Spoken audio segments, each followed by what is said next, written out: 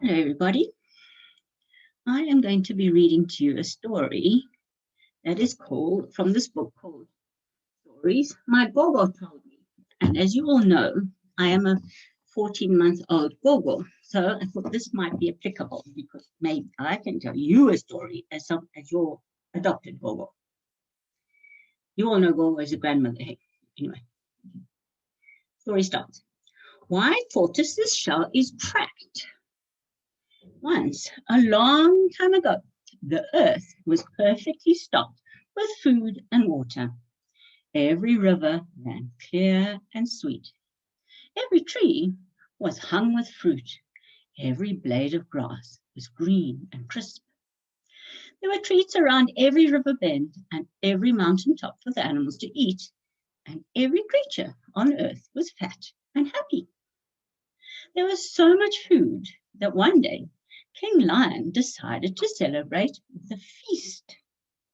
Gather your favorite foods and let's meet this afternoon under the fig tree, he announced. This will be the greatest of all feasts. The jungle was a mass of moving animals as everyone hurried about gathering their favorite tidbits.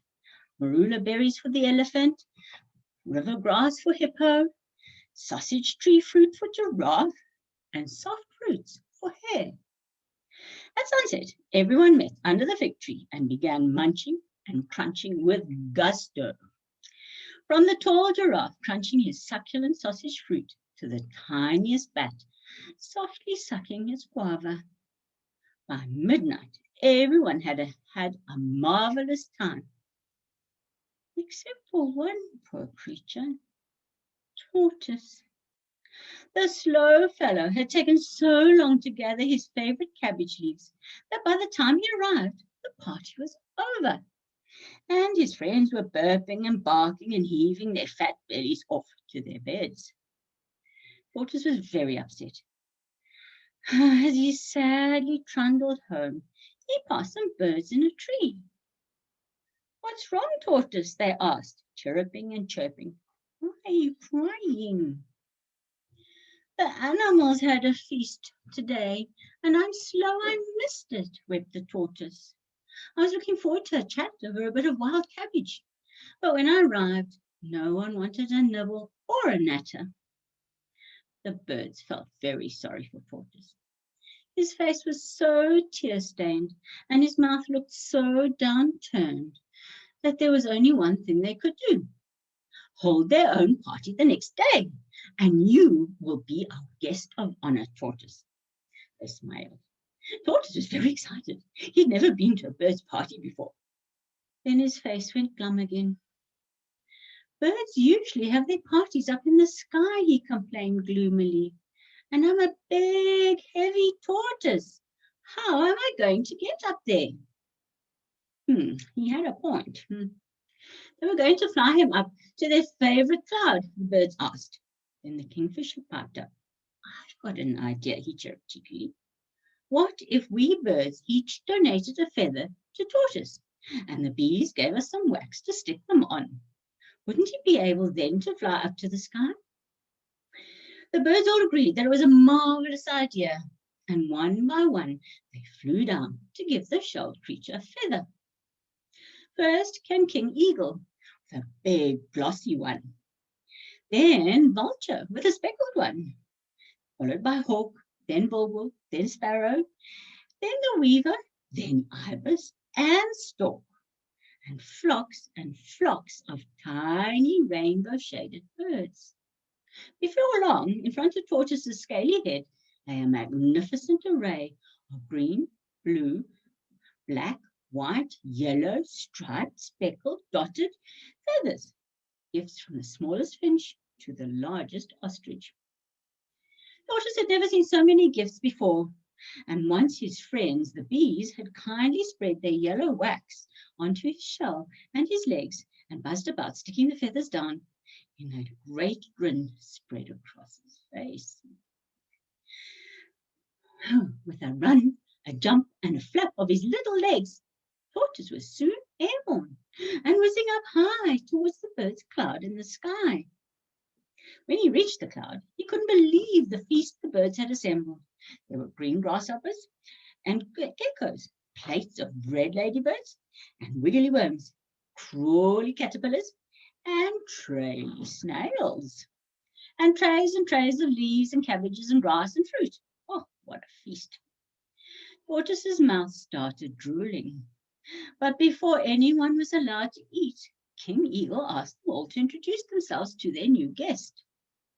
"I'm Kingfisher," said the kingfisher, flying forward and flashing his emerald wings. "I am Warbler," sang the sweet-voiced Warbler. "And I'm Egret," fluttered the dainty white egret. Then the tortoise stepped forward. "And who exactly are you?" asked the tortoise. The tortoise looked confused. "Well, he asked the tortoise. Tortoise looked confused. "Well, I have everybody's feathers on my back, so I suppose I'm everybody," he said. Then King Eagle stepped forward. "Now the introductions are over. I open the feast. It's time for everyone to tuck in." The birds looked confused. Was it for them, or was it for everybody the tortoise? Politely they held back and watched as their guests tucked into the wonderful feast. Head down and eyes to the floor, Tortoise munched and crunched without looking up once. First he gobbled all of the bird's favorite foods, which he didn't normally eat: the grasshoppers, then the geckos, then the ladybirds and the wiggly worms. Then he crunched his way through the caterpillars and the snails. And once he had devoured that, he started munching on all of his own favorites, piles and piles of luscious leaves. The birds weren't pleased with Tortoise's rudeness, especially when he casually announced he was going. "At least you could say thank you," muttered Grizzly Owl. "Or offered to share a worm, which we know you don't even like," muttered Crow. "Or halved a caterpillar," grunted Egret. But no, Tortoise was selfish. He was used to living alone and not sharing, and so when he finished his feast, he licked his lips and turned around to fly home off the edge of the cloud. The birds were furious. How dared Tortoise eat all their food and not say thank you? If he was going to be so rude, they decided, they were all going to take back their feathers from him.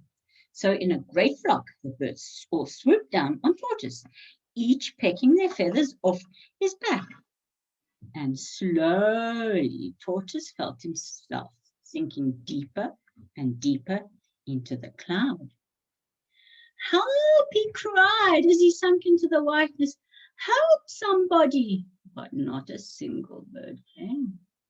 "If you think you are everybody, then help yourself," they all squawked, flying away crossly off to their nests.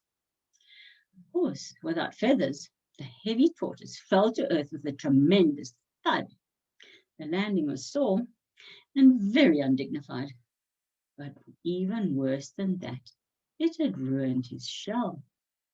His once beautiful, glossy, glamorous outer layer was gone, and in its place was a shattered mess of 100 tiny squares. Today, if you look at a tortoise, its shell is still cracked. The gods left it that way as a reminder to all creatures of what happens when you take your friends for granted. Love them and you will fly high. Forget them and you will fall, just like Tortoise did. He is falling through the sky. Well, guys, I hope you enjoyed that. You can let me know what you thought of it. And I will see you soon. Goodbye.